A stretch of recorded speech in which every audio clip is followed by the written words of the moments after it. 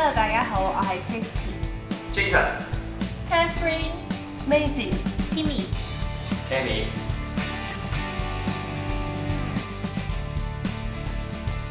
大家好，我係2016環台單車挑戰嘅團長。相信大家喺片頭都睇到 CPA Initiatives 裏面唔同嘅活動。咁究竟佢哋係咩嚟呢？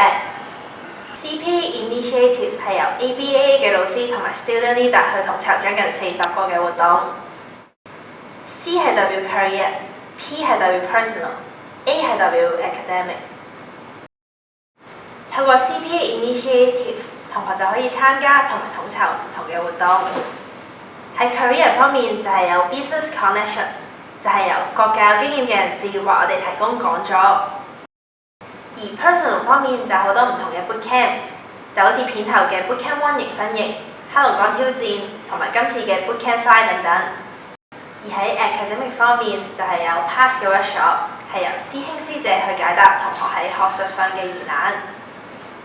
2016環台單車挑戰就係 CPA Initiatives 裏面嘅其中一個活動，而活動主題就係 Go Full Perseverance。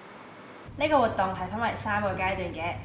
第一個階段係環台單車，第二個階段係學術交流，第3個階段係文化探索。倒不如等我首先為大家介紹下我哋喺14日做過啲咩啦。我哋喺第2日由高雄踩到去車城，總共踩咗104公里。而喺第3日，我哋由車城踩到去墾丁，總共踩咗42.3公里。而喺第4日，我哋喺太麻里出發，踩去資本，總共踩咗38.8公里。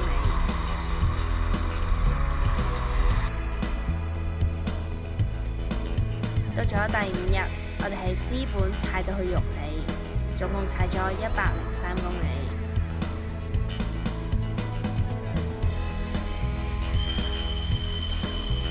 另外喺第6日，我哋喺玉里踩到去花蓮，總共踩咗97.2公里。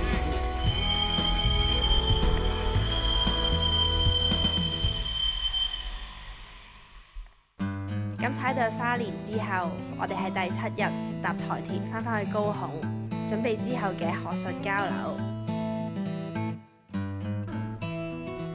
喺第8日，我哋分別同國立高雄大學同埋實踐大學嘅學生進行學術交流。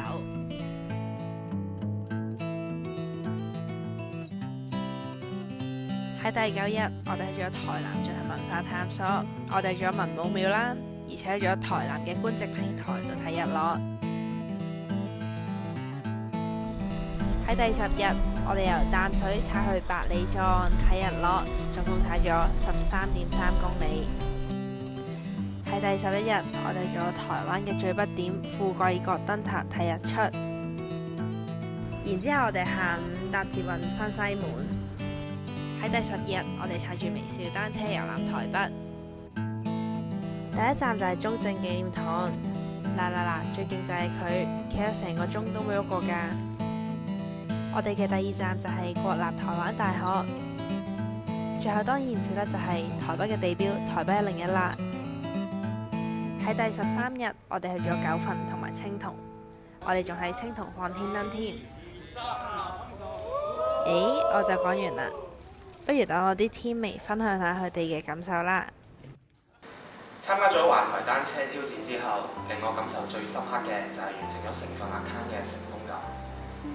喺台灣嗰14日，每次我同 Treasure 嚟要喺 account 攞錢嗰陣時，其實都好緊張俾錢同埋收錢嘅細節，因為每一分每一毫都會影響到成盤數。另外，我哋今次盤數係要對外公開嘅，所有嘅嘢都要分外嘅小心。我哋都好擔心最後對數嗰陣時會有出入。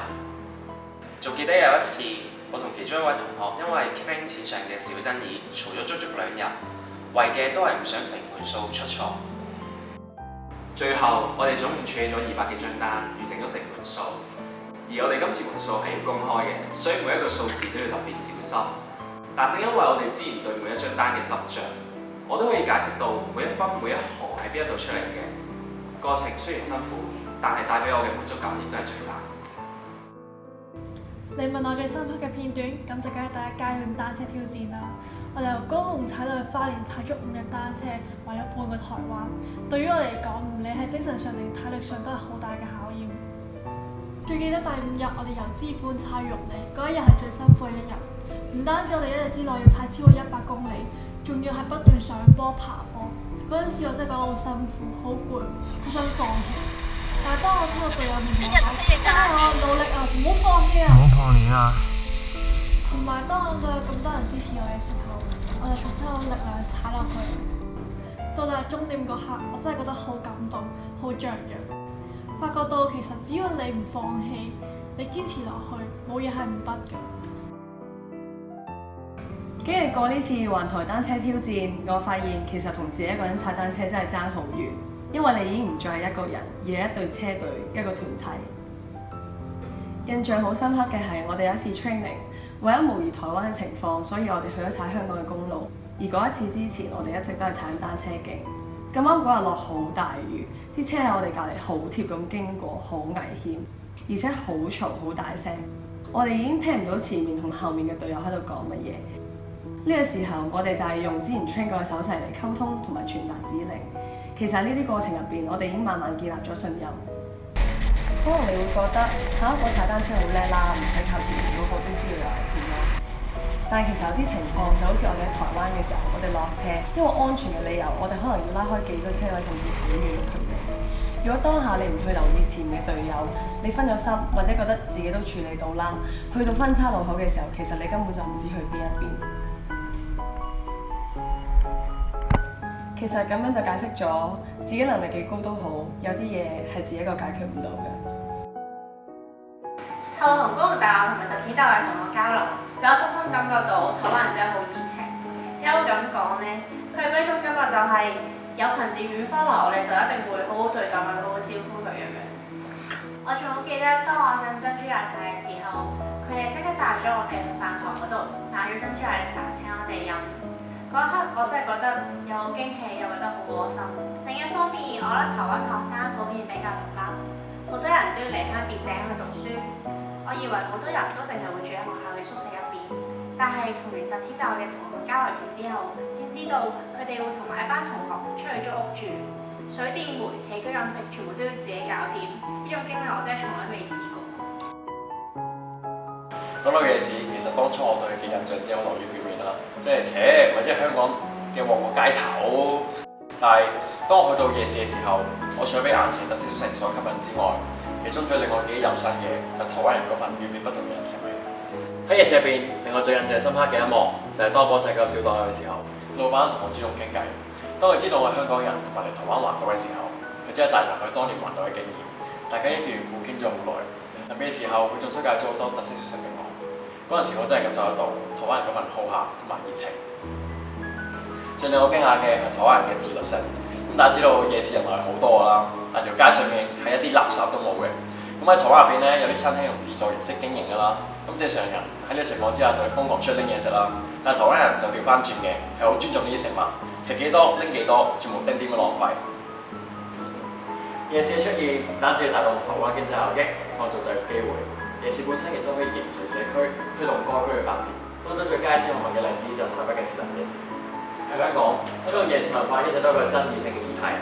夜市毫無疑問可以推動到本土經濟，但係佢同時衍生嘅衞生同埋衞生問題，喺香港呢個地少人多嘅地方，係好容易招到附近嘅居民。所以若果真係要推動香港嘅夜市，香港嘅土地問題係不容忽視嘅。